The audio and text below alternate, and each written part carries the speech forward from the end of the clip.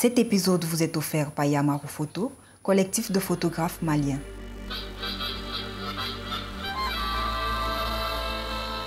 Bienvenue sur votre podcast dédié à l'art et à ses métiers, La Pause d'Art. Anecdotes, passion, parcours inspirant d'artistes d'ici pour le monde et ceux du monde pour ici.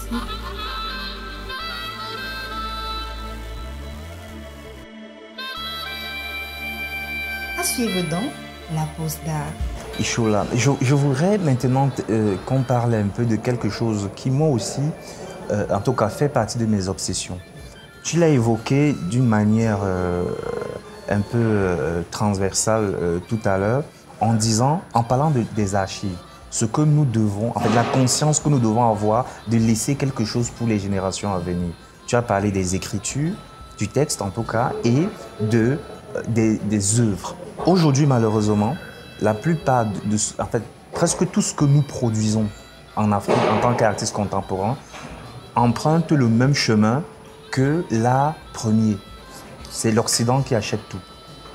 Est-ce que toi, en tant qu'artiste Ishola, tu as une solution pour que nos œuvres puissent rester en Afrique, pour que tes œuvres puissent rester au Bénin aussi, pour que ça puisse être vendu au Bénin? Parce que l'idée après n'est pas forcément de faire don de ce que tu fais, parce que ça te prend du temps, c'est du travail, ça te prend aussi beaucoup d'argent. Mais est-ce que tu as une solution à ça? Est-ce que toi, tu penses à ça? La solution que j'ai tout de suite, et que j'ai fait d'ailleurs, j'ai créé un espace, mon atelier, où j'ai commencé par stocker mes archives. Ça, c'est la première des solutions. Après, l'artiste a besoin de vivre. L'artiste a besoin d'investir encore dans son travail, acheter du matériel pour pouvoir évoluer. Mais comme l'Afrique n'a pas encore une très grande éducation, je dirais éducation, on n'est pas éduqué à collectionner nous-mêmes, ça va être difficile tout de suite, par exemple, que je dise que j'ai une solution. Parce que la solution doit être collective. Ça va venir des privés, des artistes et du gouvernement, de nos gouvernants. Mais la solution que j'ai tout de suite, c'est de commencer déjà par écrire moi-même mes projets, les stocker, commencer par archiver aussi, que ce soit mes photos ratées, que ce soit mes esquisses que je fais, de commencer par les stocker, de ne pas les vendre, de ne pas tout vendre.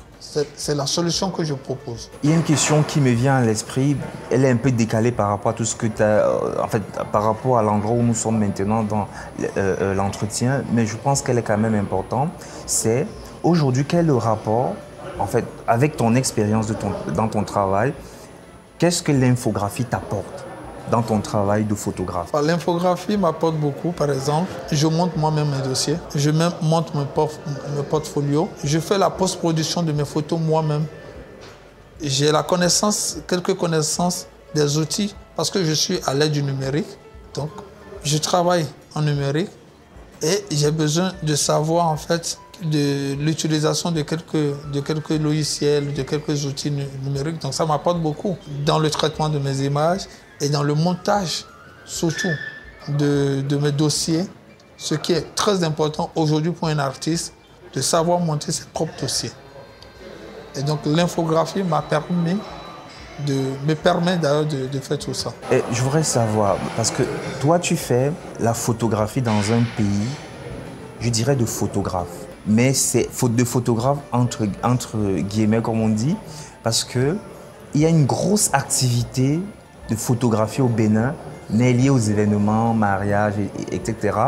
Mais toi, comment fait exister ou comment les gens regardent la photographie dite d'auteur ou artistique, comme on l'appelle des fois, dans ce pays? Les gens dans mon pays ne connaissent pas photographe d'auteur. Ils ne connaissent pas ça. À partir du moment où tu traînes un appareil photo, tu es photographe. Ils ne font pas la différence.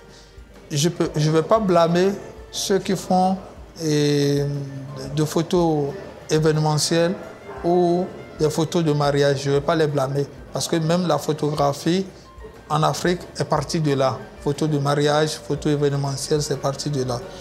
Mais à un moment donné, il faut qu'on arrête avec ce que l'Occident nous impose. Par exemple, Dans mon pays, je sais qu'il y a beaucoup de photographes qui font des photos de nude, où ils se déshabillent, ils déshabillent les filles, et puis voilà, ils les photographient. Non, je pense que l'Afrique n'a pas besoin de ça. L'Afrique a besoin qu'on raconte son histoire, dans la vérité et dans la sincérité. Et je pense qu'en faisant même des photos de mariage ou de mariage, c'est aussi de raconter une histoire à leur manière. Mais il faut que les jeunes photographes comprennent qu'ils doivent revenir à la source et de raconter les quotidiens de nos mamans, de nos pères.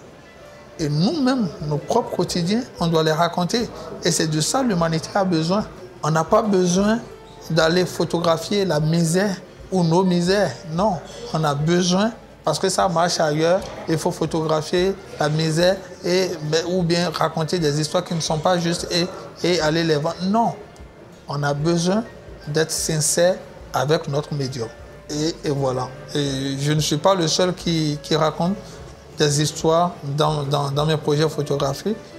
Il y a Agbo Diallo qui fait la même chose, qui raconte des vraies histoires dans son travail artistique. Par exemple, l'histoire des Egungun qu'il raconte dans son travail, c'est passionnant. Et Senani aussi. Les Senani de Noumansou qui fait un travail remarquable. C'est la jeune génération aussi qui arrive, qui monte. Voilà, on a besoin de ça. Mais est-ce que des photographes, d'auteurs comme toi et les autres qui font ça, est-ce qu'aujourd'hui, vous êtes aussi dans une perspective de transmission, d'encadrer les jeunes, ceux qui s'intéressent à ça? Est-ce que ça s'organise dans ce sens-là? L'année dernière, j'ai organisé une masterclass où j'ai fait venir 3 photographes au Bénin, où on a fait une masterclass de 10 jours. On a formé 12 photographes, par exemple. Et là, je suis en train de vouloir refaire la 2e édition avec des partenaires où je vais ramener des photographes africains cette fois-ci, comme Seydou Camara, dont on en a déjà parlé, j'en ai parlé aussi avec toi, ramener des photographes comme ça, où on va organiser des masterclass et leur montrer en fait la chose. Une autre façon de faire de la photo. Parce que dans tous les cas, on ne peut pas les montrer comment faire de la photo. Ça, ils savent le faire, mais peut-être une autre façon de faire la photo.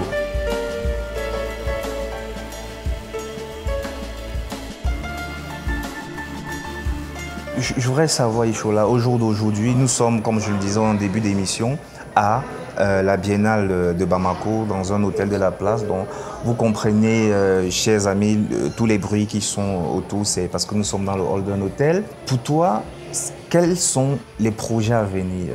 Qu'est-ce qui t'intéresse pour demain? À quoi tu t'intéresses? Pour demain, ce qui m'intéresse, c'est que je me laisse guider par le génie de l'art.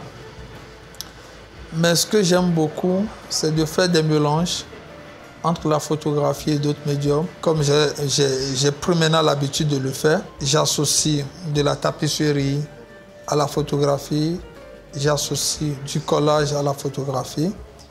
Et mon exposition qui est en cours en ce moment à Madrid, à la galerie Sabrina Amrani, c'est un mélange de photographie et de sculpture où j'ai fait une installation de 80 plats avec des bouteilles en céramique.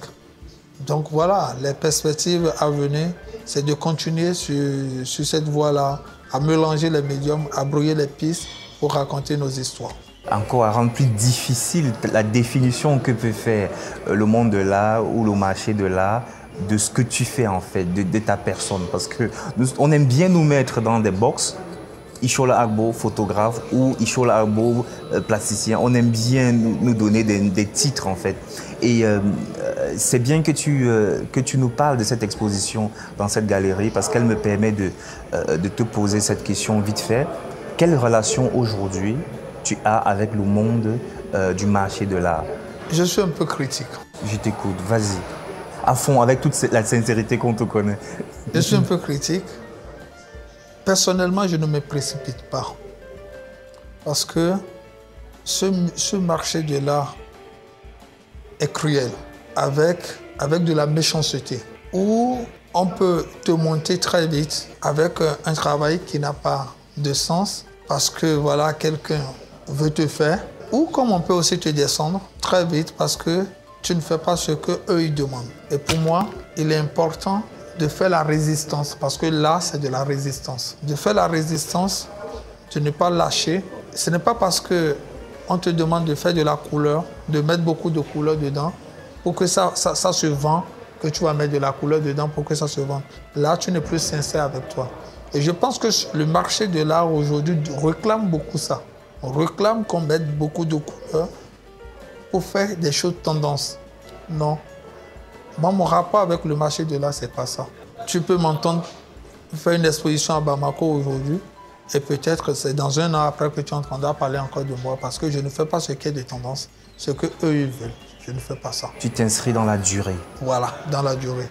Là, c'est dans la durée. Là, c'est vraiment dans la durée. C'est pour ça que quand j'expose, je dis, le spectateur doit pouvoir communiquer avec mon travail.